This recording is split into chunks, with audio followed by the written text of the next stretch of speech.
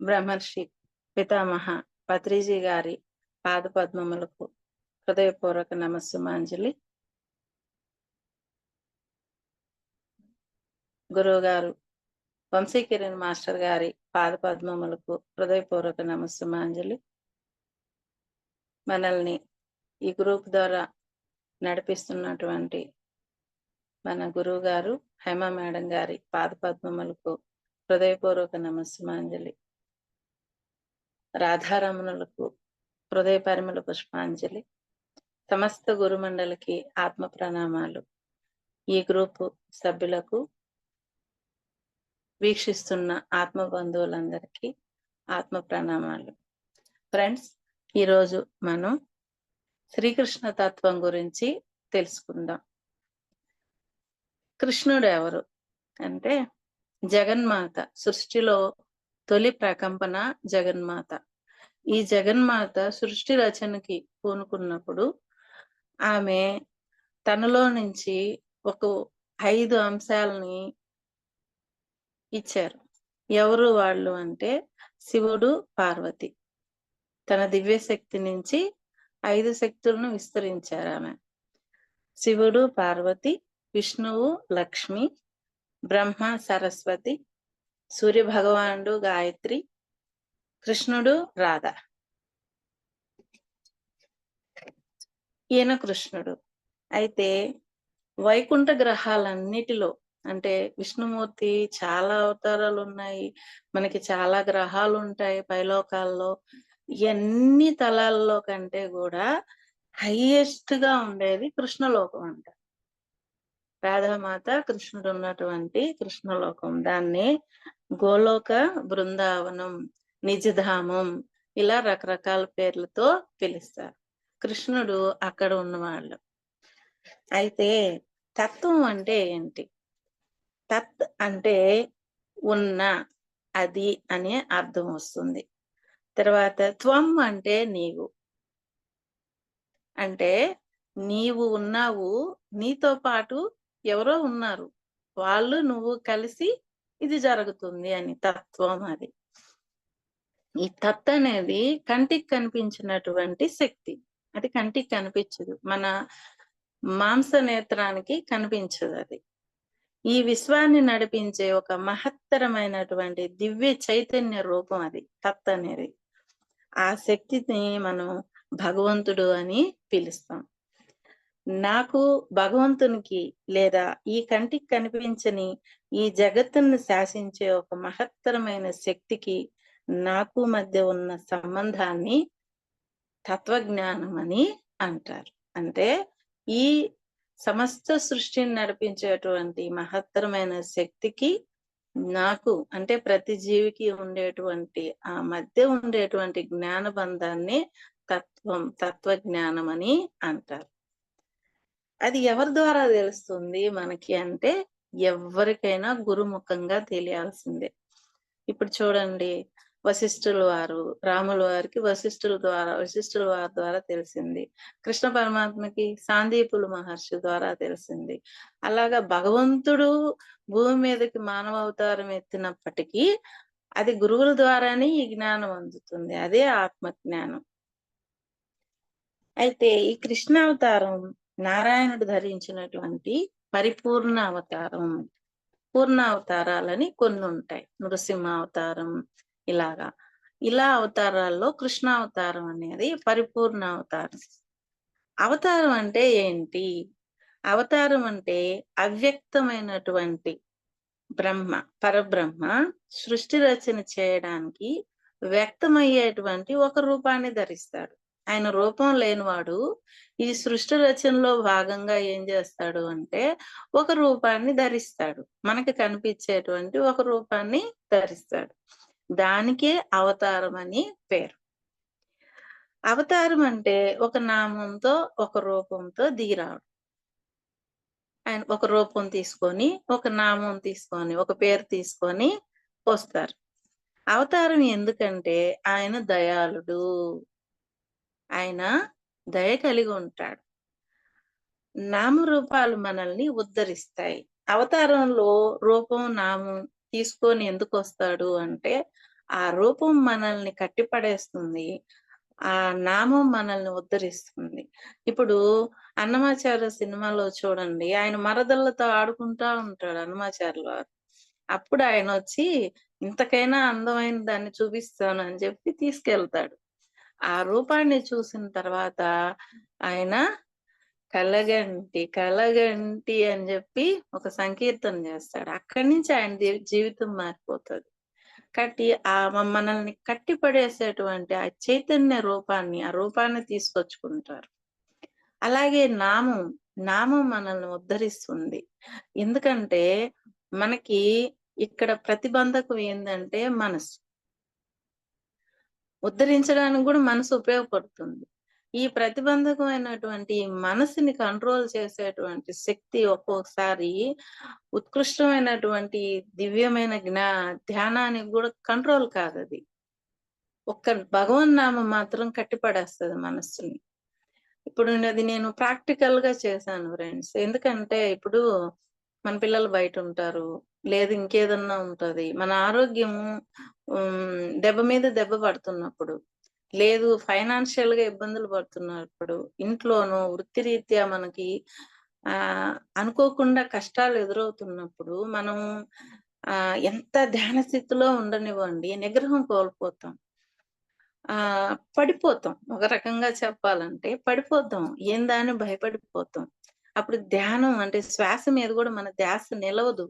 అలాంటప్పుడు మనల్ని కాపాడేది నామమే.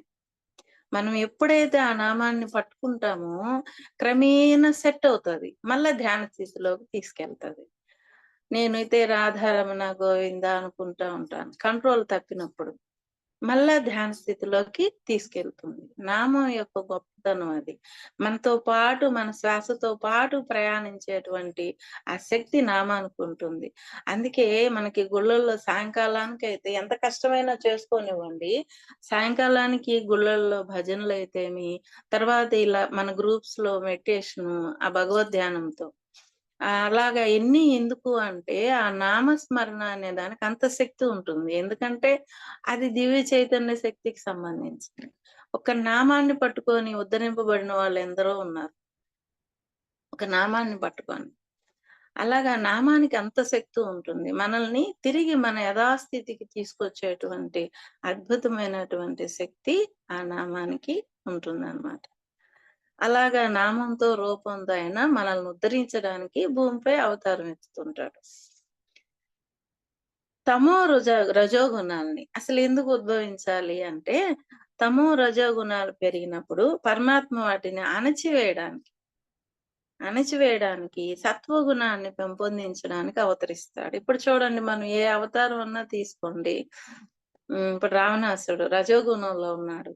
ఆయన్ని అణచివేయడానికి రాముల వారొచ్చారు. అట్లాగే నృసింహ అవతారం. హిరణ్యకశిపుడిలో ఉండేటువంటి ఆ రజోగుణాన్ని తీసేసేదానికి. అట్లాగా ఈ రజోగుణాల్ని తగ్గిచ్చేదానికి, అణచివేసి సత్వగుణాన్ని పెంపొందించేదానికి ఆయన ఎత్తుతాడు. ఈ అవతారాలు ఎత్తుతాడు. ఎందుకు సత్వగుణము అంటే, ఇప్పుడు మనకి గుళ్ళో గాని ఎక్కడైనా సరే పూజ చేయించండి. లేదా ఎక్కడైనా చూడండి లాస్ట్‌లో శాంతి, శాంతి, శాంతి అంటారు. మన ఆత్మకి ఈ ఈ వసుదైక భూమికి, ఈ కుటుంబానికి కావాల్సింది అల్టిమేట్ గోల్ ఏదన్నా ఉందంటే శాంతి ఫ్రెండ్స్. ఆ శాంతి కావాలి అంటే సత్వగుణం ఉండాలి. రజోగుణాల్లో సత్వగుణం అనే దానికి ఆస్కారం ఉండదు. కాబట్టి ఈ సత్వగుణాన్ని పెంపొందించేదానికి, రజోగుణాల్ని అణచివేసేదానికి ఇప్పుడు మహాభారత యుద్ధం గూడా చూడండి. దుర్యోధనలో ఉండేటువంటి రజోగుణం. ఇలాగా ఈ రజోగుణాలను అణచివేసి సత్వగుణాన్ని పెంపొందించేదానికి భగవంతుడు అవతారం ఎత్తుతాడు.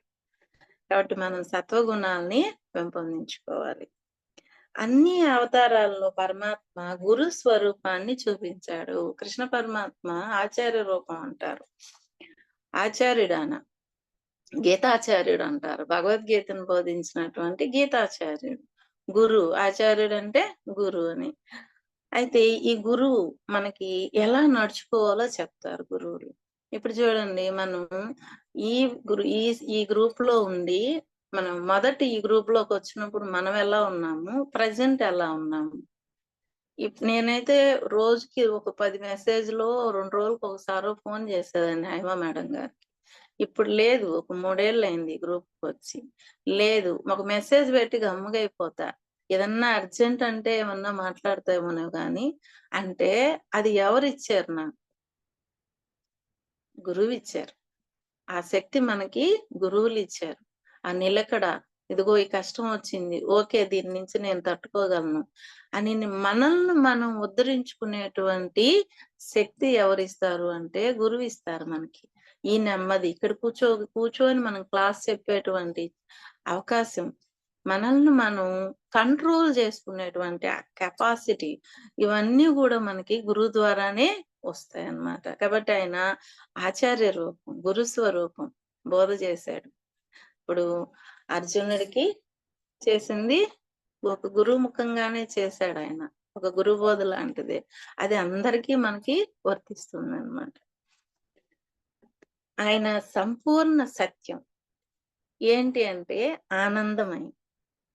అసలాయనకి కావాల్సింది ఏంది అంటే ఆనందమయం.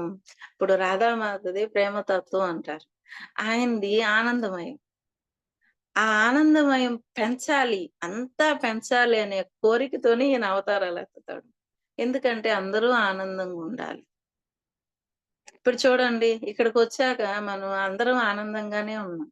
ఒప్ పడిపోతున్నాం, లేస్తున్నాం. మళ్ళా మన యథాస్థితి మనం మనదేం స్థితి? ఆత్మస్థితి. నిత్యానంద స్థితి. ఏడుపు మన స్థితి కాదు. అది చెప్పారాయన భగవద్గీతలో. ఆత్మని అగ్ని దహించజాలదు, నీరు తడపచాలదు అనని. అలాంటి ఆత్మస్వరూపాలం మనం. అది తెలుసుకున్న తర్వాత మనం కష్టాలొస్తున్నాయి, పోతున్నాయి కానీ ఆ ఆనంద స్థితిని మనం పొందుతున్నాము. ఈ ఆనందాన్ని పంచేదానికి ఆయన అనేక రూపాలు ఎత్తాడనమాట. కాబట్టి కృష్ణ పరమాత్మది ఆనందమయ స్థితి. మనకు కావాల్సింది గూడా ఆనందమే గదా! మరి ఈ ఆనందం మనం ఎలా పొందాలి అనంటే, ఇప్పుడు మనం ఆయన గురించి తెలుసుకోవాలి. ఆయన ఆనంద స్వరూపుడు గదా! కాబట్టి ఆయన గురించి తెలుసుకుంటే మనకు ఆనందం అనేది మనకు తెలుస్తుంటుంది. ఇంకా ఆ లోతుల గురించి మనం తెలుసుకోగలం. ఇప్పుడు మనకి పత్రిజీ సార్ ఏమంటారంటే, "నువ్వు గుడిలోకి వెళ్ళడం కాదు. ఆ గుడిలో నుంచి వచ్చేటప్పుడు అక్కడున్నటువంటి ఆ మూర్తి యొక్క లక్షణాలను పట్టుకొని బయటికి రా" అంటారు. ఇప్పుడు మనం దాన్నే ఫాలో అవ్వాలి దీంట్లో కృష్ణ తత్వంలో. మనం కృష్ణ పరమాత్మ ఎప్పుడు చూడండి ఆయన ఆనందమయంగానే ఉంటాడు. ఆయనెక్కడా గూడా చింతిస్తున్నట్టు అక్కడ ఎక్కడ ఉండడు. కాబట్టి ఆయన ఆనందమయ తత్వాన్ని మనం పట్టుకొని ఆ లక్షణాలను పట్టుకురావాలి మనం. ఆనందంగా ఉండాలి అంటే. కాబట్టి ఆ లక్షణాలను మనం పట్టుకుందాం ఈరోజు. ఈ కృష్ణావతారంలో లీలలుంటాయి. ఆ లీలలంతా గూడా జ్ఞానం, ఆనందం కలిసుంటుందంట. కృష్ణ లీలలన్నీ గూడా జ్ఞానం. ఇప్పుడు జ్ఞానాగ్ది దగ్ధ కర్మాణం అంటారు గదా! ఎప్పుడైతే మనం జ్ఞానాన్ని తెలుసుకుంటామో మన కర్మలు దగ్ధమైపోతాయి. ఇప్పుడు మనకి వంశీ సార్ ఇచ్చినటువంటి అపూర్వమైనటువంటి దివ్య జ్ఞానం ఈ కర్మ విపాకం. ఈ 36 శ్వాసలు, కర్మ ధ్యానం ఇవన్నీ గూడా మనం ఏం జేస్తున్నాం? ఆ జ్ఞానాన్ని తెలుసుకొని, ఓహో! గత జన్మలో ఇది నేను చేశాను. కాబట్టి ఇప్పుడే అనుభవిస్తున్నాను. అందుకని అందరిని క్షమించగలుగుతున్నాం మనం. అప్పుడు మనం ఆనంద స్థితిలో ఉండగలుగుతున్నాం. సార్‌కి ఎప్పుడు మనం రుణపడి ఉంటాం మాస్టర్.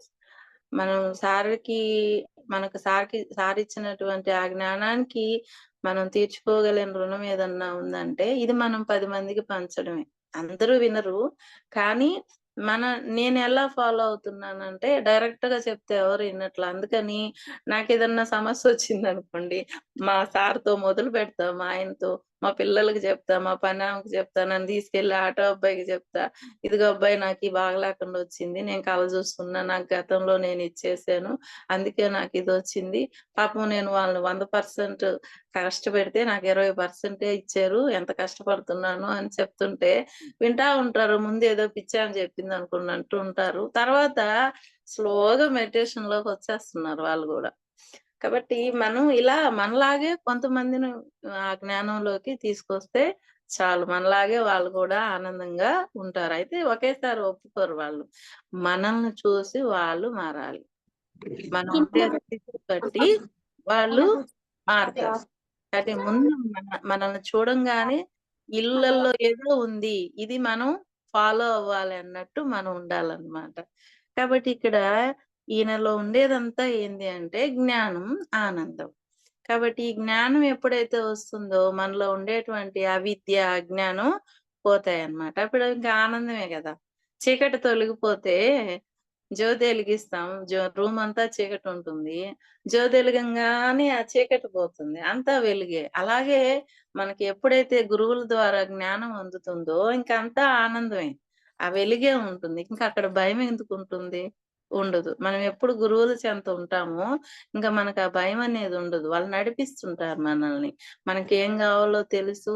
మనల్ని ఎలా నడిపించాలో తెలుసు. మనల్ని ఎలా ఉద్ధరించాలో గురువులకు మాత్రమే తెలుసు. శ్రీకృష్ణ పరమాత్మ 64 లక్షణాలను కలిగున్నారంట. 64 ఫ్రెండ్స్. ఈ 64 లక్షణాలు ఎట్లాగా అంటే 100% శతశాతం అంటారు కదా! 100% అన్నమాట. 100 మార్కులన్నట్టు మొత్తం కలిగున్నారు. ఆయన సొంత లక్షణాల్ని కలిగి ఉన్నారు. అయితే మనం ఈరోజు ఒక 2 లక్షణాలు మాత్రం తెలుసుకుందాం. ఇంక తర్వాత క్లాసుల్లో ఒక్కొక్క ఒక 2 లక్షణాలు గురించి తెలుసుకుంటూ ఉందాం.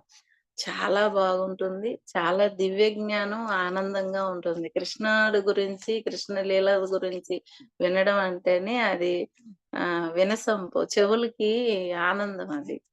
ఇంకా ఆత్మకి ఇంకెంత ఆనందంగా ఉంటుంది. కాబట్టి ఈరోజు మనం 2 లక్షణాల గురించి తెలుసుకుందాం. మొదటిది ఏంటి అనంటే సురమ్యంగా. సురమ్యంగా అంటే the beautiful features of the entire body. అంటే మొత్తం శరీరం అందమైన లక్షణాలతో ఉందంట ఆయనకి. శరీరం మొత్తం అందమైన లక్షణాలతో ఉంది. ఇప్పుడు ఈ పాయింట్‌లో మొదటి లక్షణంలోని జ్ఞానాన్ని మనం అందుకుందాం.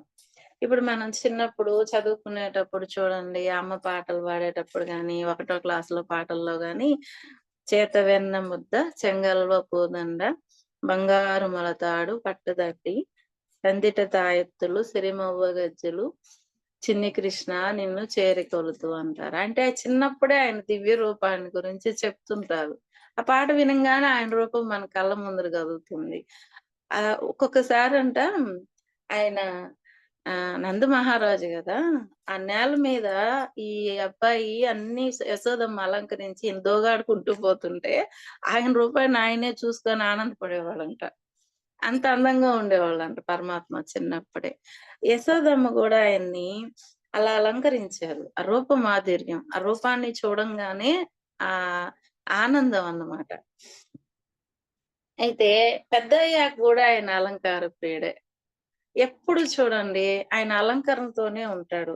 ఎప్పుడు ఏదో మార్చిన బట్టలు, దిగులు అలాగున్న ఆయన ఫోటో ఎక్కడ కనిపించదు మనకి. అయితే ఆయనకి కష్టాలు లేవా? పుట్టింది జైలు. అక్కడున్నాడా? తల్లిదండ్రులతో లేడు. ఇంకొకటి ఏందంటే భయంకరం. బిడ్డ పుట్టాడని తెలిస్తే చంపేదానికి ఆయన రెడీగున్నారు. చుట్టూరు కాపలా.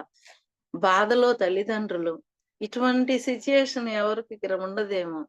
అతి కష్టమైన జననం ఆయనది. అక్కడి నుంచి చూడండి ఎక్కడికో తీసుకెళ్తారు అర్ధరాత్రి. అక్కడ వేరే తల్లిదండ్రులు.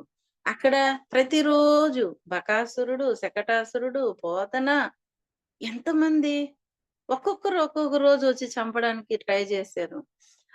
అక్కడి నుంచి వాళ్ళందరూ ఈ అబ్బాయిని చంపడానికి వస్తున్నారు అని చెప్పి మళ్ళా బృందావనానికి మారుస్తారు. ఫ్యామిలీసే ఎళ్ళిపోతారు పాపం. అక్కడ మళ్ళా రకరకాలు ఇంద్రుడితో, తర్వాత బ్రహ్మం మోహలీలలో బ్రహ్మగారితో ఇట్లా ప్రతి ఒక్కరితో ఆయన కష్టాలు పడిన వాళ్ళే. ప్రతి ఒక్కరి నుంచి ఆయన ప్రశ్నలు ఎదుర్కొన్నవాడే. ప్రతి ఒక్కరి నుంచి పరీక్షలు ఎదుర్కొన్నవాడే ఆయన. కానీ ఎప్పుడు చూడండి ఆయనది సమ్మోహన రూపం. ఎప్పుడు ఆనంద స్థితిలోనే ఉన్నాడు. ఆయనకెప్పుడు కష్టాల్లోనే ఉన్నాడు. కానీ ఆయన ఎప్పుడూ ఆనందంగానే ఉన్నాడు. అంటే మనం ఏం నేర్చుకోవాలి ఇక్కడ ఇక్కడ అంటే ఆయన ప్రతిదీ ఆత్మస్థితిలోనే చూసాడాయన. అయితే ఆ శరీరం వాడిని అందంగా ఉంచుకోవడం అనేది ఆయన నుంచి మనం నేర్చుకోవాలి. ఎందుకంటే మన వాహనం ఇది. మన లోపల ఉండేటువంటి జీవుడుకి ఒక డ్రైవర్ అయితే ఇది మన వాహనం. డ్రైవర్ ఎంత నిపుణుడైనా వాహనం బాగుంటే కదా తోలుతాడు. దాన్ని ఇన్ టైమ్‌లో సర్వీస్ చేయించాలి. మంచి ఆయిల్ పోయాలి. ఆ! అన్నీ చేస్తేనే ఆ కారు పర్ఫెక్ట్‌గా ఉంటుంది. అప్పుడు ఆ డ్రైవరు ఎంత నిష్ణాతుడైనా దాన్ని తోలగలడు. కాబట్టి మన ఈ పంచభూతాత్మకమైనటువంటి శరీరాన్ని మనం జాగ్రత్తగా చూసుకోవాలి. ఇది ఆయన సింబాలిక్‌గా చెప్పాడు. ఇప్పుడు మనకి మన గురువులు చూడండి, వంశీ సారు చక్కగా డ్రెస్ ఏసుకుంటారు. మేడమ్స్ చక్కగా చీరలు కట్టుకొని చక్కగుంటారు. పత్రిజీ గారు చూడండి చక్కగా రెడీ అవుతారు.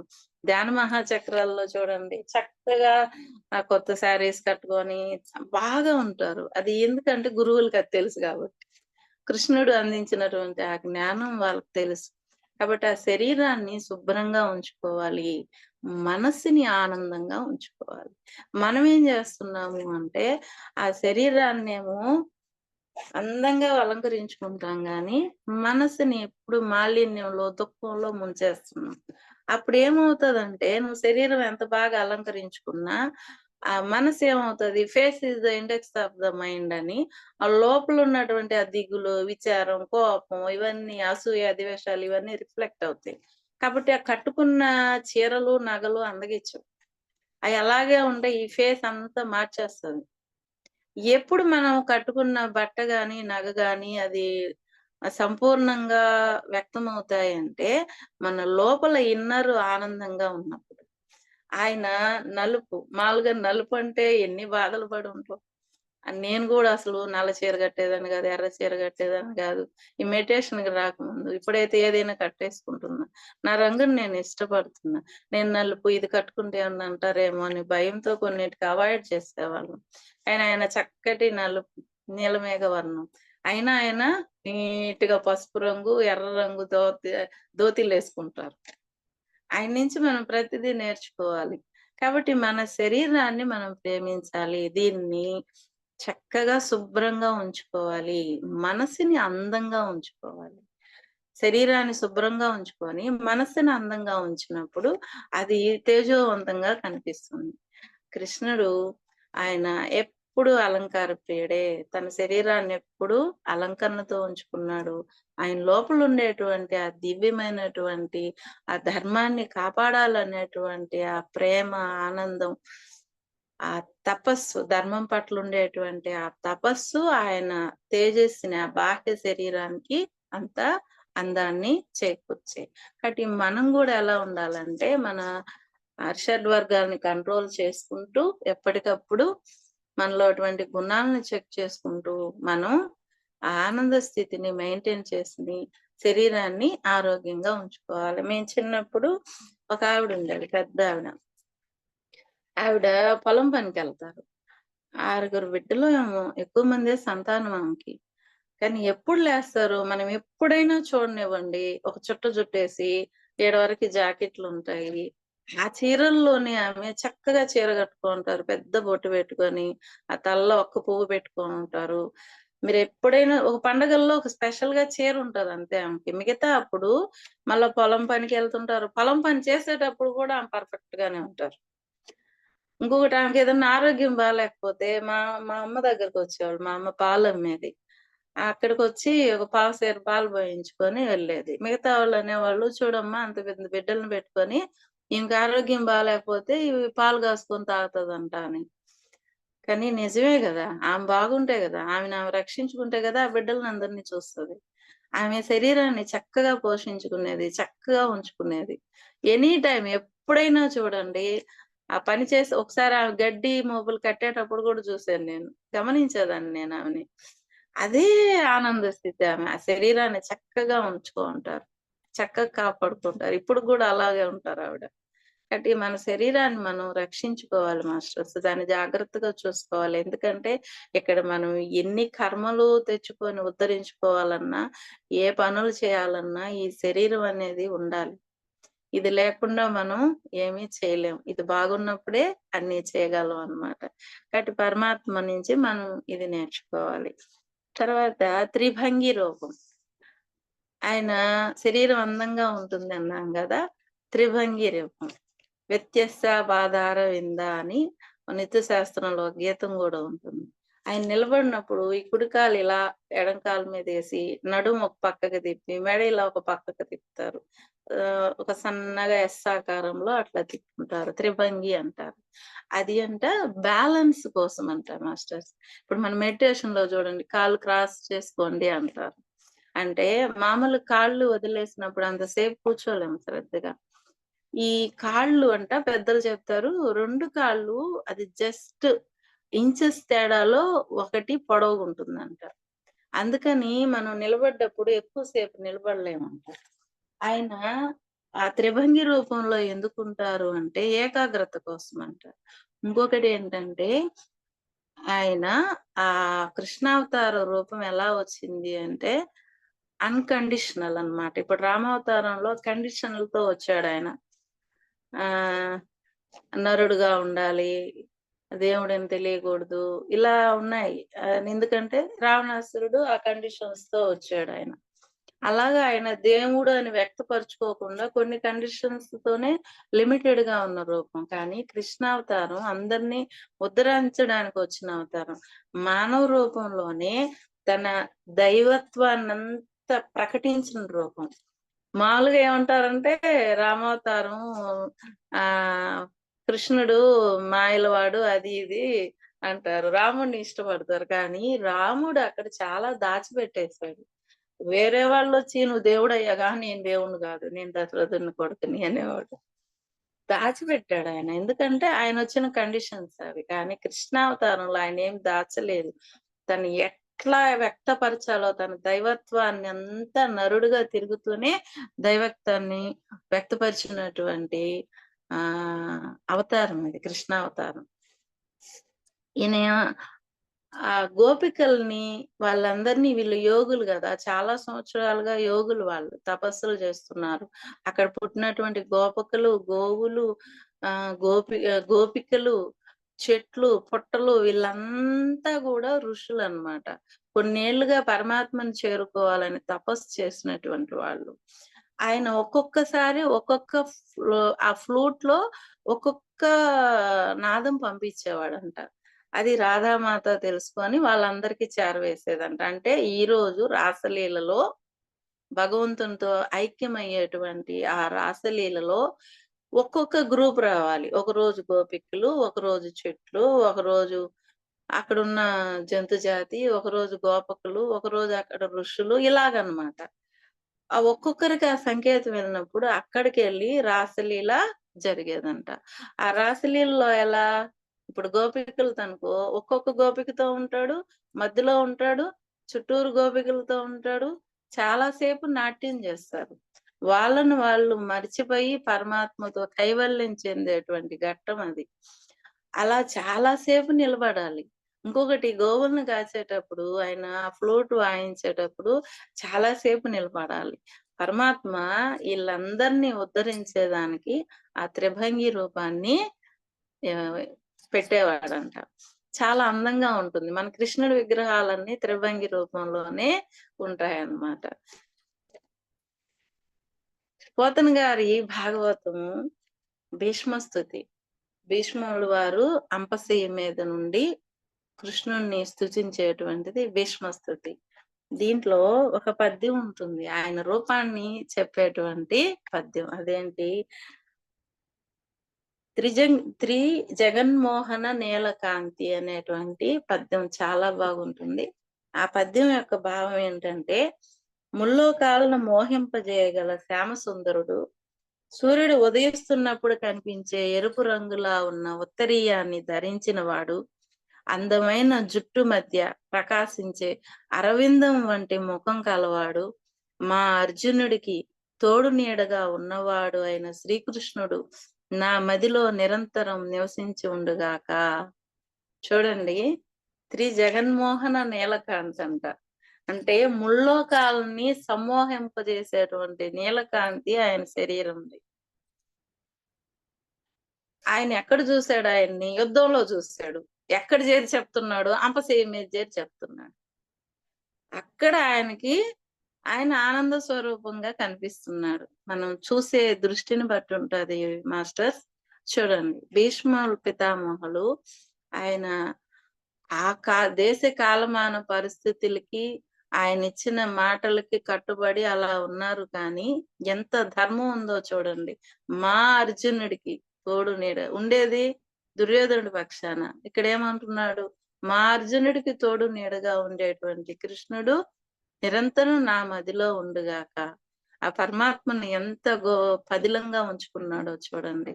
అంపశయ్య మీద చేరి చెప్తున్నటువంటి స్థుతి ఇది. మనం కష్టం వస్తే ఇదిగో భగవంతుడా, నేను నేను పూజలు చేశాను, ఇంకో గుడికి వెళ్ళిపోతాం. ఈ గ్రూప్ కాకపోతే ఇంకో గ్రూప్కి వెళ్ళిపోతాం. కానీ అక్కడ మనం నేర్చుకోవాల్సింది, మనం మన గురువుల్ని, మనం నమ్ముకున్న దైవాన్ని ఎప్పుడూ వదలకూడదు. ఎందుకంటే మన గురించి వాళ్ళకి తెలిసినంత ఎవరికీ తెలియదు. ఒకవేళ కష్టాలు వస్తే రానియండి. హైమ మేడం చెప్తుంటారు, మనకి కష్టం వచ్చిందంటే అది మనకి ఏదో ఒకటి నేర్పించడానికి వస్తుంది. తర్కించండి, తరించి చూడండి. దాంట్లో ఏం నేర్చుకోవాలో మనకి తెలుస్తుంది. మనల్ని ఉద్ధరించడానికి తెలుస్తుంది. ఇప్పుడు మనకి అన్నమాచార్య వారు కీర్తనలో ఉంటుంది చూడండి. గారవించి దప్పి తీర్చు కాలమేఘమా పొడగంటి మయ్యా నిన్ను పురుషోత్తమ అనే దాంట్లో ఆ కీర్తనలో ఉంటుంది. గాండ్రిస్తది కాలమేఘం, కానీ వర్షిస్తది. నెలలకి సరిపడా నీళ్ళనిచ్చేస్తది. కానీ గర్జన కురిసేటప్పుడు. అలాగే పరమాత్మ మనకు కష్టం ఇస్తున్నాడు అంటే, ఆ కష్టాలని తొలగించి మనల్ని ఉద్ధరించేటువంటి ఎంతో గొప్ప శుభకార్యం అక్కడ దాగుంటుంది. అది మనం పట్టుకోవాలి. ఈ భీష్మ స్తుతిలోనే ఇంకొకటి ఉంది చూడండి. హైరింకాముక ధూళి దూసరా. ఈ పద్యం చాలా బాగుంటుంది మాస్టర్. దీని భావం ఏంటంటే, యుద్ధ రంగంలో రథాలు, గుర్రాలు, మూపురాల నుండి ఎగిరి వచ్చిన దుమ్ము, ధూళితోనూ, శ్రమించుట వలన కలిగిన చెమట బిందువులతోనూ, మెరుస్తున్న ముఖంతోనూ, నాచే విడువబడిన శస్త్రాల దెబ్బలు బాధిస్తున్నప్పటికీ అర్జునునికి విజయం కలిగించాలనే వేడుకతో యుద్ధం చేయించే శ్రీకృష్ణునికి నేను నమస్కరిస్తున్నాను. పోతన గారు మనకి దొరకడం ఆంధ్రలో చేసుకున్నటువంటి అదృష్టం. ఎక్కడా అటువంటి ఆ పద్యాలు ఎక్కడా లేవండి. అంత గొప్ప పద్యాలు. మన పిల్లలు మర్చిపోతున్నారు ఆ పద్యాలు, ఆ జ్ఞానం. కాబట్టి మనం ఆ జ్ఞానాన్ని పట్టుకోవాలి. ఇక్కడ చూడండి, యుద్ధ రంగంలో రథాలు, ఆ గుర్రాల నుంచి దుమ్ము ధూళి. ఎందుకంటే ఈయన రథసారథి. ఆ రథం వల్ల ఏం చేస్తున్నారు? దుమ్మంతా వచ్చేస్తుంది, ఆయన పైన పడిపోతుంది. తర్వాత శ్రమిస్తున్నాడు. ఎందుకంటే రథం ఇటు తిప్పు అంటారు. ఇంకా ఘోరం ఏంటి తెలుసా? ఆ యుద్ధంలో రణగొన ధ్వనుల మధ్య చెప్తే అర్థం కాదు. అందుకని ఈ బాణాలేసి ఆయన ఏం చేస్తాడు? వెనకాల ఉంటాడు అర్జునుడు కాళ్ళ కింద కూర్చోంటాడు ఈయన రథం నడుపుతా. బావా ఇటు దిప్పు అంటే కుదరదు, వినిపించదు. అందుకని బాణంతో గుచ్చను కూడా గుచ్చుతారంట ఇటు తిరుగు అని. అంత అంత కష్టం పడ్డాడు పరమాత్మ. కాబట్టి ఆ రణగొన ధ్వనుల మధ్య ఈ ఎన్ని కష్టాల్లో కూడా ఆయన ఎలా కనిపిస్తున్నాడు? అంత శ్రమలో కూడా చెమట బిందువులతోనూ, మెరుస్తున్న ముఖంతో. దుమ్ము, చెమట, ఆ యుద్ధ భూమి ఇవన్నీ ఉంటే మెరుస్తుందంట ఆయన ముఖం. ఇంకా చూడండి, నాచే విడువబడిన శస్త్రాల దెబ్బలు బాధిస్తున్నప్పటికీ అర్జునునికి విజయం కలిగించాలనే వేడుకతో. అక్కడ వేడుక ఏముంది? యుద్ధం జరుగుతుంటే అరుపులు, కేకలు ఉంటాయి. వేడుకంటే ఉత్సవం. అంటే లోపల ఏం చేస్తున్నారు? ఆయన ధర్మాన్ని పట్టుకున్నాడు. ధర్మాన్ని గెలిపించాలనేటువంటి ఆ తపనతో అన్ని కష్టాలు పడుతున్నాడు పరమాత్మ. అదే ఆయన రిఫ్లెక్ట్ అవుతుంది అక్కడ. కాబట్టి ఇంకోటి శస్త్రాలు విడుస్తున్నాడంట. భీష్మ పితామహుడు ఎక్కడ విడిచారో చూడండి. ఈ గోరు మొలుస్తది కదా, అక్కడ కొట్టాడంట దెబ్బలు. అంటే దుర్యోధనుడు అడిగాడంట. నువ్వు సరిగ్గా యుద్ధం చేయడం లేదు. నువ్వు లోపల వాళ్ళని పెట్టుకుంటావు మనసులో అని తిట్టేవాడంట రోజు నైటు. అందుకని ఆయనేం జేస్తున్నాడు, ఎట్లాగైనా నన్ను చంపేస్తే ఒక పీడ పోతదని కృష్ణుడికి ఇక్కడ కొడుతున్నాడంట. అయి బాధిస్తున్నప్పటికీ అర్జునునికి విజయం చేకూర్చాలనే వేడుక. అంటే ధర్మం గెలిస్తే ఉత్సవమే గదా! ఆ వేడుకని మనసులో ఆ ధర్మాన్ని గట్టిగా పట్టుకున్నటువంటి శ్రీకృష్ణుడికి నేను నమస్కరిస్తున్నాను అన్నాడు. అంటే మనం ఏం నేర్చుకోవాలిక్కడ? మనకి జీవితంలో కష్టం వచ్చినప్పుడు, దుఃఖం వచ్చినప్పుడు హనుమాచీర కీర్తన ఉంటది చూడండి. ఆకటి వేళల అలసిన వేళలని. అప్పుల వాళ్ళు చుట్టుముట్టినప్పుడు శత్రువు వచ్చి చంపేస్తానన్నప్పుడు ఇలాంటప్పుడంతా కూడా మనం ధర్మాన్ని విడిచిపెట్టకూడదు. పరమాత్మని పట్టుకోవాల. ఇక్కడ కృష్ణుడికి అంత దుమ్ముధూళిలో యుద్ధ భూమిలో ముఖం ఎందుకు మెరుస్తుంది ఆయనకి అంటే, లోపల ధర్మాన్ని గెలిపించాలి అనేటువంటి ఆ తపన ఆయన ముఖంలో చెమటతో ఉన్న, బాణాలు తగిలి రక్తం కారుతున్నా, ఎలాగున్నా సరే ఆయన దివ్యంగా వెలిగిపోతున్నాడంట. మరి మనం ఏం నేర్చుకోవాలి? కష్టాల్లో గూడా ధర్మాన్ని తప్పకూడదు. ఎటువంటి పరిస్థితుల్లో ధర్మాన్ని విడవకూడదు. చాలా మంది భరించలేని కష్టం వచ్చినప్పుడు, ఇన్ని రోజుల నుంచి నేను ధర్మంగా ఉన్నా. నాకేమొచ్చింది? నా బిడ్డలకేమొచ్చిందని ధర్మాన్ని ఇడిచేస్తారు. అదెప్పుడూ విడవకూడదు మాస్టర్స్. ఇది మనం ఇక్కడి నుంచి నేర్చుకోవాలి. పోతన గారు అందించినటువంటి గొప్ప పద్యాలివి మనకి. ఇక మనం రెండో పాయింట్‌కెళ్ళిపోతాము. ఆయన అందమైన శరీరం నుంచి మనం ఏం నేర్చుకోవాలో నేర్చుకున్నాం గదా! తర్వాత ఇప్పుడు మనం రెండో లక్షణం సర్వలక్షణాయుక్త. దీన్ని లక్షణాన్విత అని గూడా అంటారు. లక్షణాయుక్త. Marked with all auspicious characteristics. అంటే అన్ని మంగళకరమైనటువంటి లక్షణాలతో ఉందంట ఆయన శరీరం. మొత్తం ఆయన శరీరం అంతా గూడా చిహ్నాలున్నాయంట. పాదాలు, చేతుల్లో శంకులు, చక్రాలు, పద్మాలు, గదలు, ధాన్యం కంకులు ఇలా ఉంటాయంట. చేతులు పొడవుగా అలా ఉంటారంట ఆయన. గర్గ మహాముని ఆయన పుట్టినప్పుడు నామకరణానికి అలా వెళ్ళినప్పుడు చెప్పారంట. నందమహారాజా నువ్వు చాలా గొప్ప పుణ్యం చేసుకున్నవాడివి. ఈ అబ్బాయి సాక్షాత్తు పరమాత్మ స్వరూపం అని చెప్పారంట. 32 చిహ్నాలని చెప్పాడంట ఆయన. ఆయన శరీరంలో 32 శుభ చిహ్నాలున్నాయంట. అలాంటి పరమాత్మ బృందావనంలో చెప్పులు లేకుండా దూడలను మేపాడండి. పిల్లలతో ఆడుకున్నాడు. అందుకే రామకృష్ణ పరమహంస గారు బృందావనంలో ఉండేది మట్టి కాదు ప్రసాదం అంటారు. ఒకసారి ఆయన అక్కడికెళ్ళినప్పుడంట దొర్లాడంట ఆ మట్టిలో. ఆనందంగా ఆనంద బాష్పాలు కార్చుకుంటూ ఆ మట్టిలో దొర్లారంట. అంత పవిత్రమైంది బృందావనం మట్టి. ఆయన పాదాలు చిహ్నాలు ఆ మట్టిలో ఎప్పటినుంచో ఉన్నాయి. అది చాలా హ్మ్. మన బొట్టులాగా చూస్తారు. ఒక ప్రసాదంలాగా చూస్తారు ఆ మట్టిని. ఆయన ఎక్కడున్నాడో గుర్తుపట్టాలంటే స్నేహితులు గానియండి, గోపికలు గానియండి, యశోదానందులు గానియండి, ఆ పాద ముద్రలు చూసేవాళ్ళంట. ఆ పాద ముద్రలో ఉండేటువంటి ఆ శుభ చిహ్నాలను చూసి పట్టుకుంటా ఎళ్ళిపోయేవాళ్ళంట. ఒకసారి రాసలీల జరిగినప్పుడు గోపికలతో రాసలీల ఉంటది. రాధామాత అందరిని సెట్ చేస్తారు. సెట్ చేసినప్పుడు మధ్యలో ఒక కృష్ణుడుంటాడు. చుట్టూరా ప్రతి గోపికతో ఒక కృష్ణుడుంటాడు. అలా ఆయన సర్వ వ్యాపకుడాయన. ఆ సర్వ వ్యాపకంగా ఉన్నప్పుడు ఏమవుతుంది అనంటే ఒక గోపికకి హ్మ్. అనిపిస్తుందంట. అలా రాసలీల జరుగుతా ఉంటే పక్కకొచ్చేసి, "అమ్మా! కృష్ణుడు ఈరోజు నాతోనే ఉన్నాడు" అనిందంట. వెంటనే ఆయన మాయమైపోయాడంట. ఏంటి అక్కడ అంటే, నా భగవంతుడికి మనం ఎప్పుడు చేరువవుతాము అంటే, నాది నాది అనేది వదిలేసినప్పుడు. ఆమె నా అనింది గదా! నాతోనే ఉన్నాడనింది గదా! ఇంకా పోలేదు. అని చెప్పి వెళ్ళిపోయాడంట. వెళ్ళిపోయేటోడికి రాధామాత అప్పుడు ఎట్ట మాయమైపోయాడని చూసుకుంటా అడుగుల్లో ఉండేటువంటి ఆ చిహ్నాలు చూసుకుంటా వెళ్ళిందంట. ఒక దగ్గర కూర్చొనుంటే ఆమె ఎన్నెన్నో చెప్పిందంట. నాకు నీళ్ళ దాహం వేస్తుంది. నాకు అవి కావాలి, ఇవి కావాలి అంటే అప్పుడు చెప్పాడంట, రాధా వాళ్ళని వెనకేసుకొస్తున్నావా? వాళ్ళలో ఇంకా నా అనేటువంటి ఆ చిన్న అహం ఉంది. అది కూడా పోవాలి. ఇంకొకసారి రాసలీల సెట్ చేస్తాను. నేనెళ్ళిపోతాను అని చెప్పి ఎళ్ళిపోయాడంట. అట్లా అడుగులు పట్టుకొని ఏడుస్తూ కూర్చున్నారంట వాళ్ళు తెల్లారిందాక. అడుగులు చూసుకుంటా. అయ్యో! కృష్ణుడు ఎళ్ళిపోయాడని. అట్లా ప్రతి ఒక్కరు ఆయన పాదంలో ఉండేటువంటి ఆ శుభ చిహ్నాలను పట్టుకొని ఎతికేవాళ్ళంట. ఎందుకు అన్నానంటే, ఇప్పుడు చూడండి శుభ చిహ్నాలంటే అంతా శుభప్రదం. ఆయనలో ఉండేటువంటి ఆ లోపల ఇన్నర్ అంతా కూడా శుభమే. అందుకే ఆ శరీరం అంతా గూడా శుభ చిహ్నాలన్నమాట. ఆనందమయం గాబట్టి.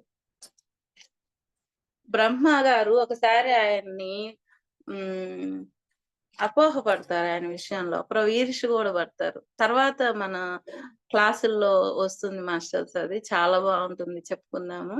అలా అయినప్పుడు మళ్ళా రియలైజ్ అవుతారు. రియలైజ్ అయినప్పుడు ఆయన కాళ్ళ మీద పడిపోతారు. ఆ చిన్ని కృష్ణుడి కాళ్ళ మీద పడిపోయి, కృష్ణ ఈ బృందావనంలో ఒక చిన్న మొక్కగా పుట్టే అవకాశం ఇయ్యయ్యా. నాకు ఈ బ్రహ్మ పదవొద్దు. ఎందుకంటే ఈ మట్టిని నీ శుభ చిహ్నాలు తాకినటువంటి ఈ మట్టిలో పుడతా ఒక చిన్న మొక్కగా. ఏ కోరికలు లేకుండా నువ్వే సర్వస్వం అనుకొని జీవించేటువంటి ఈ గోపికలు, గోపకాంతలు, గోపకులు వాళ్ళ పాదముద్రలు నన్ను తొక్కుతుంటే చాలయ్యా! నా జన్మ తరించిపోద్ది. ఈ బ్రహ్మ పదవి నాకొద్దు అంటారంట. అన్ అంతగా అంటారు ఆ బ్రహ్మ లీలలో. కాబట్టి ఆయన అంతగా తరింపజేశారు అక్కడ తన పాదముద్రలతో. తన చేతులు ఎక్కడ తాకితే అక్కడ తన పాదముద్రలతో ఆ బృందావనం అంతా గూడా సస్యశ్యామలమైంది, జ్ఞానవంతం అయిందనమాట. అయితే ఈ సర్వమంగళ చిహ్నాలు మనలో లేవు అనుకోవాల్సిన అవసరం మనకు లేదు మాస్టర్స్. ఎందుకంటే మనం ఎప్పుడైతే మనం గురువుల ద్వారా ఆ పరమాత్మని మనం తలుచుకుంటూ ఉంటామో, ఆ పరమాత్మ ధ్యానంలో మనం ఉంటామో, మనలో ఉన్నటువంటి అమంగళకరమైనటువన్నీ గూడా పోతాయి. ఇప్పుడు మన చేతి రాతలు అంటారు. మన నుదిటి రాత అంటారు. అవన్నీ గూడా తగ్గించుకోవచ్చు మాస్టర్స్. ఎలాగంటే మనకిప్పుడు సద్గురు మూవ్‌మెంట్ ద్వారా మన కర్మ ధ్యానం, కర్మ విపాకం ఈ 36 శ్వాసలు ఇవన్నీ గూడా చూడండి. నేనైతే ఒక 40 జన్మల పైనే చూసుకున్నాను. రీసెంట్‌గా ఒకటి జరిగింది మాస్టర్స్. నాకు ఫిబ్రవరి నెలలో కాలి గోరు మీద, బొటన గోరు మీద కత్తి పడింది. నేను షుగర్ పేషెంట్‌ని. కత్తి పడేటోడికి ఇంక అక్కడి నుంచి ఏమైందంటే అది ఇంజ్యూర్ అవుతా వచ్చింది. ఒక కర్మ చూసుకున్నాను. చూసుకుంటే ఏమైంది అంటే ఒక షాపులున్నాయి వరుసగా. అక్కడ ఇద్దరు భార్యాభర్త ఎవరో తెలీదు. ఒక ఆడామె, ఒక మగాయన కాలి గోర్లు కనిపిస్తున్నాయి. ఒక వ్యక్తి స్కూటర్ నడిపిస్తున్నారు. ఆడ వరకే చూపించారు. నాకు మొత్తం కళ చూపించరు. ఎందుకంటే ఆ జన్మల్లో దుర్మార్గంగా ఉన్నా, ఇప్పుడు సున్నితంగా ఉన్నాను కాబట్టి కొంచెమే చూపిస్తారు. అప్పుడు నేను క్షమాపణ చెప్పుకున్నా వాళ్ళకి. ఓహో! నా వల్ల వాళ్ళ బొటనవేళ్ళు వెళ్లి ఇబ్బంది పడ్డాయి. నాకు కొంచెం ఇచ్చారు ఈ కర్మ అని. ఆ తర్వాత తగ్గిందది. మళ్ళా 3 నెలలకి మళ్ళా రిపీట్ అయింది ఆ గోరే. నొక్కులు నొక్కులుగా వచ్చింది ఆ గోరు. మళ్ళా ఇంక తడపకూడదు. వాష్‌రూమ్‌కెళ్ళిన 6 నెలలు నేనిప్పటికి ఆ కాలు తడిపి ఇప్పటికీ తడపలేదు ఆ కాలుని. మరలా నేను హాస్పిటల్‌కెళ్ళాను. ఎళ్తే నాకు హాస్పిటల్‌కి గూడా ఎందుకెళ్ళానంటే ఒక డ్రీమ్ చూపిచ్చారు. ఎలాగంటే నా కాలు బొటనవేలు ఆపరేషన్ జేస్తున్నారు. రక్తం కారుతుంది. ఇక భయమేసింది. కర్మ ధ్యానం జేసుకుంటే కల చూపిచ్చారు గుర్తులేదు నాకు. అంటే నేను తట్టుకోలేనని చూపిచ్చలా. సరే మన శరీరానికి మనం ఇవ్వాల్సిన స్వస్థత ఇవ్వాలి గదా! కర్మ విభాగం చేసుకుంటానే నేను హాస్పిటల్‌కెళ్ళాను. కరెక్ట్‌గా చెన్నైలో నేనెళ్ళి ఆడ కూర్చున్నాను. ఒకామెను తీసుకొచ్చారు. కాలు బొటనవేలు తీసేసున్నారామె. లోపలికి తీసుకెళ్లారామెని. లోపలికి తీసుకెళ్తే ఆపరేషన్ క్లీన్ చేస్తుంటే ఆమె తట్టుకోలేక అరుస్తుంటే ఆ అరుపులన్నీ నాకినిపిస్తున్నాయి. నేను ఎన్ని కృతజ్ఞతలు చెప్పుకున్నానంటే ఆ రోజు వంశీ సార్‌కి, హైమా మేడంకి అంత కృతజ్ఞతలుగా చెప్పుకున్నా. ఇంకా చెప్పుకున్నా. నాలో లోపాలు నేను సవరించుకుంటా. మేడం చెప్తుంటారు గదా! మీ అంతర్గుణాలను మార్చుకోండి. ఆటోమేటిక్‌గా మీ కర్మలో తగ్గిపోతుంటాయి అని. నేను పదే పదే చెప్పుకున్నా అరుపులు వినిపిస్తా ఉంటే. నేను ధర్మ మార్గంలో జీవిస్తా. నేను ఇంకెవరినన్నా క్షమించుకుంటే క్షమించేస్తా. నాకప్పుడు అనిపిచ్చింది. మేడం అంటుంటారు, "మీకొక కష్టం వచ్చిందంటే మీకేదో నేర్పించడానికొచ్చింది" అని. కాబట్టి నాలో ఏమన్నా అవలక్షణాలున్నాయేమో! నేను ఈ బాధైతే తట్టుకోలేను. నేను తప్పులు చేసుంటే చేసుండొచ్చు. కానీ ఇప్పుడు పర్ఫెక్ట్‌గా జీవిస్తాను. ధర్మ మార్గంలో జీవిస్తాను అని చెప్పుకుంటానే ఉన్నా అరగంట సేపు నన్ను పిలిచినంత సేపు. లోపలికెళ్ళాక ఈ క్లీనింగ్ ఏం లేదులేమ్మా మెడిసిన్స్ ఇస్తా అన్నారు. అమ్మ ఊపిరి పీల్చుకున్నా. వచ్చాక తగ్గింది. మళ్ళా ఏమైందంటే దాని మీదే ఒక గరిటె పడింది. ఇంక మళ్ళా ఎత్తుకునింది. ఇంకా అది ఇంక తగ్గలేదు. అది ఈ మధ్యకి ఏమైంది అంటే, నా బాడీనే ఆటోమేటిక్‌గా ఎళ్ళిపోతుంది. నాకొద్దు, నేను హాస్పిటల్‌లో ఎళ్ళిపోతాను, నేను తట్టుకోలేను, ఇప్పుడు నేను భరించలేను అని. అయితే నేను చేసిందేంది అంటే, మన గ్రూప్‌ని వదలలేదు నేను. అది ఎంత 102 ఫీవర్ ఉన్నా సరే, పక్కలో పెట్టుకొనైనా ఫోన్‌ని నిద్రపోయేదాన్ని గానీ, నాకు అందాల్సిన మాట, జ్ఞానం అందేది. మన ఫ్రెండ్స్ స్టో క్లాసులు చెప్తున్నప్పుడు, మధ్యలో మేడం వచ్చి ఏదన్నా చెప్తున్నప్పుడు నాకు అందాల్సిన పాయింట్ అందేది. దాన్ని పట్టుకొని నేను రికవర్ చేసుకున్నాను. యాంటీబయాటిక్స్, ఇంజెక్షన్స్ తట్టుకోలేకపోయా నేను.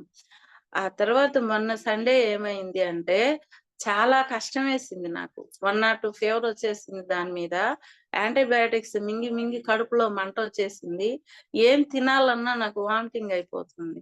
Full fever. మా సార్ లేరు. మా బాబు పక్కన కూర్చొని ఏడుస్తూ ఉన్నాడు. తర్వాత నాకు ఫస్ట్ ధ్యానం నేర్పించిన ఆవిడని నాకెప్పుడన్నా మనసు బాగలేకపోతే ఒక పాట పెట్టండి మేడం అంటాను. పాట పెట్టమంటే ఆమె కృష్ణుడి గురించి పాట పెట్టారు. అది ఇంటా పండుకున్నాను.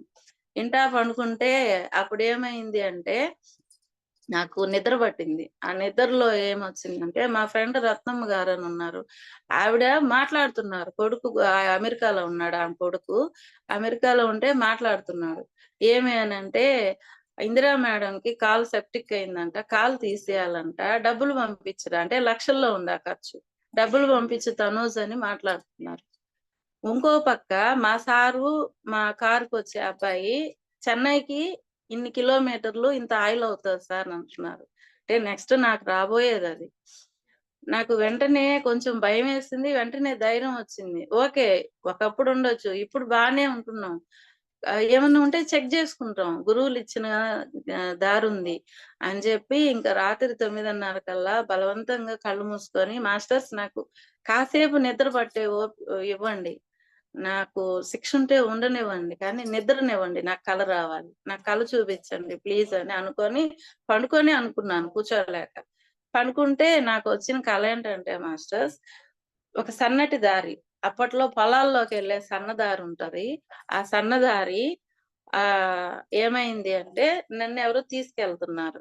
ఒక్క నిమిషం మాస్టర్స్.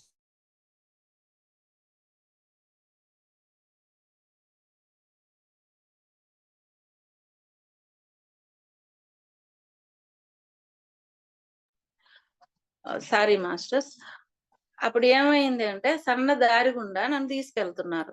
అక్కడేమైంది అనంటే ఒక ఆయన్ని ఒక టీనేజ్‌లో ఉండాయనకి బొట్టు అయన్నీ బట్టి ఒక ఊయల్లాగా ఊపుతున్నారు కొంతమంది. దాని పక్కనే 5 ఆవు దూడల్ని కట్టేసున్నారు మాస్టర్స్. బండికి కట్టినట్టు కట్టున్నారు. నేనుండి అయ్యయ్యో! ఇయన్ని ఆవు దూడలు మొయ్యాలా చిన్నవి అంటున్నా. అనేసరికి అప్పుడు ఆయన చూసి నవ్వాడు నన్ను. నాకు వెంటనే ఆ కట్ట మీదనే ఒక ఆవుని, ఒక దూడని కట్టేసున్నారు. అక్కడ దిగలేవు ఆ 2 పశువులు. కానీ బలవంతంగా దించేశారు. అక్కడ ఒక చెట్టుంది. పూజ జరుగుతుందక్కడ. నాకు ఆ ఆవు పొట్టిగా ఉంది. కాళ్ళు ఆ పొదుగు మాత్రం కనిపిస్తున్నాయి. దూడ గూడా కనిపించలా. ఒక వ్యక్తి ఏం చేస్తున్నాడంటే, ఆ దూడను వదలడంలో ఆ దూడను వదిలిచ్చేదానికి దాన్ని కాళ్ళ మీద కొడుతున్నాడు.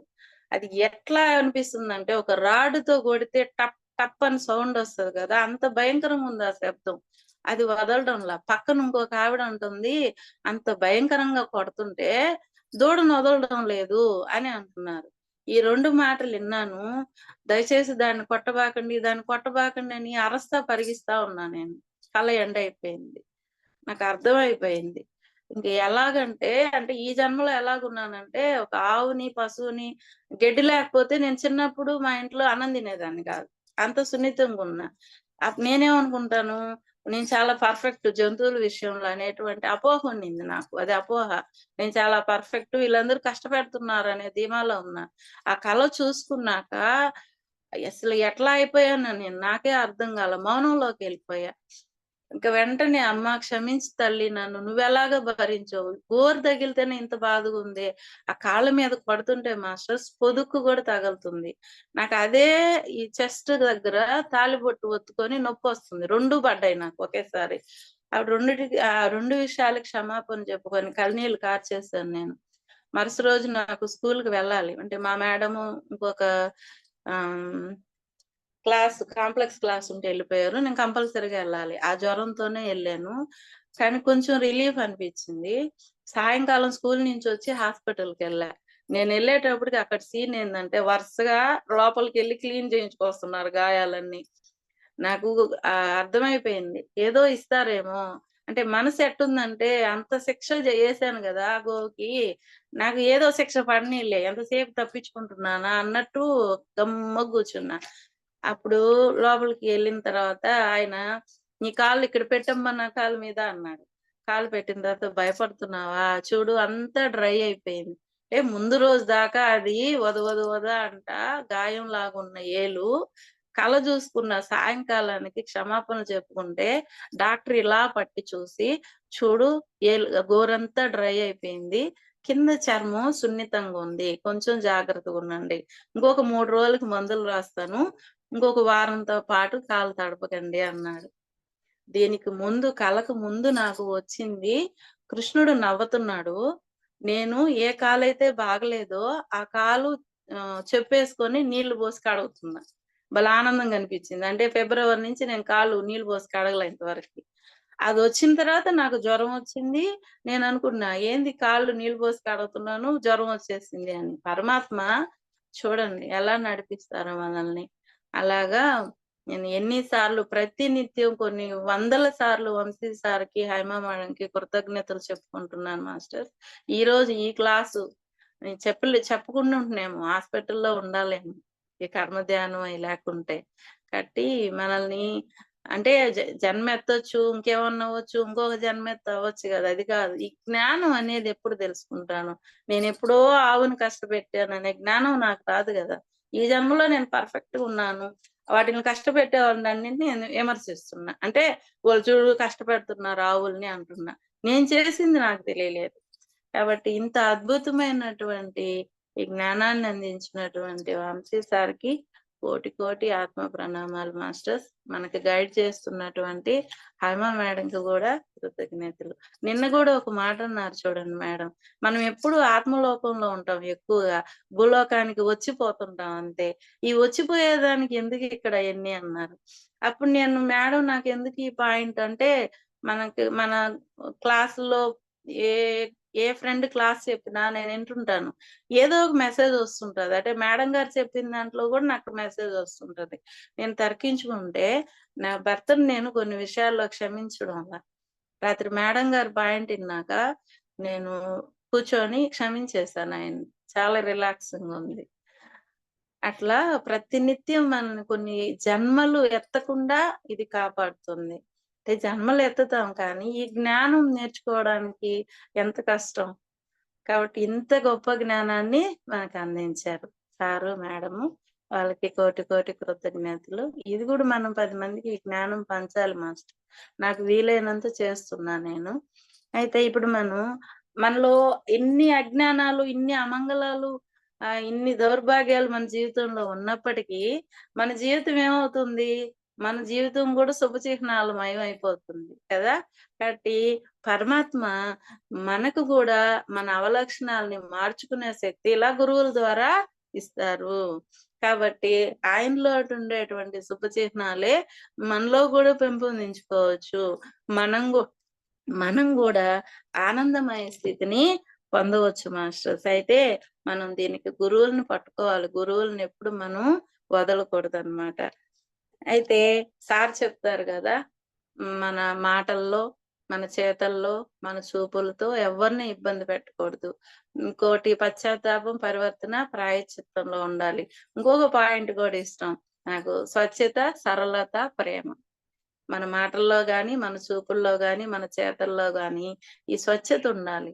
తర్వాత సరళత ఉండాలి. సింప్లిసిటీ ఉండాలి. తర్వాత మనం చేసే ప్రతి పనిలో ప్రేమ, క్షమ ఉన్నప్పుడే ప్రేమొస్తది. ఇవన్నీ మనం ఎప్పుడు చేసుకుంటామో, మనం గూడా పరమాత్మలాగా మన శరీరం గూడా ఇవన్నీ అవగుణాలన్నీ పోగొట్టుకొని శుభలక్షణాలతో మనం అవుతాం. మన జన్మని మనం ఉద్ధరించుకుంటాం.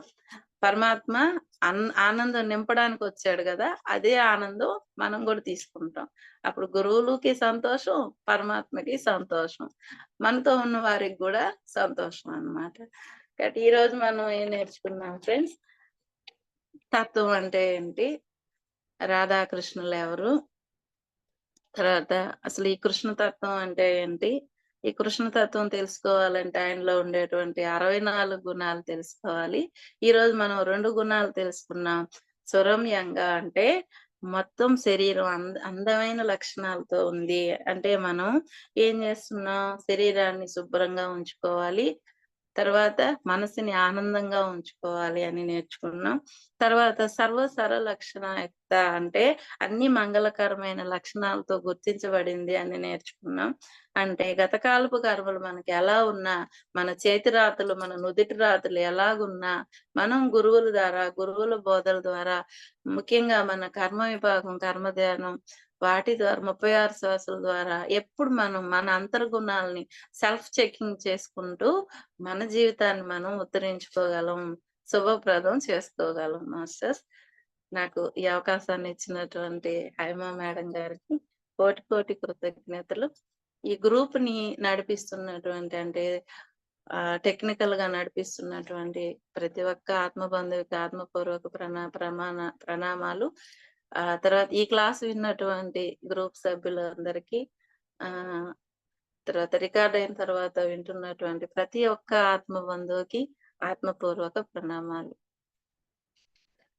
స్వస్తి. Thank you.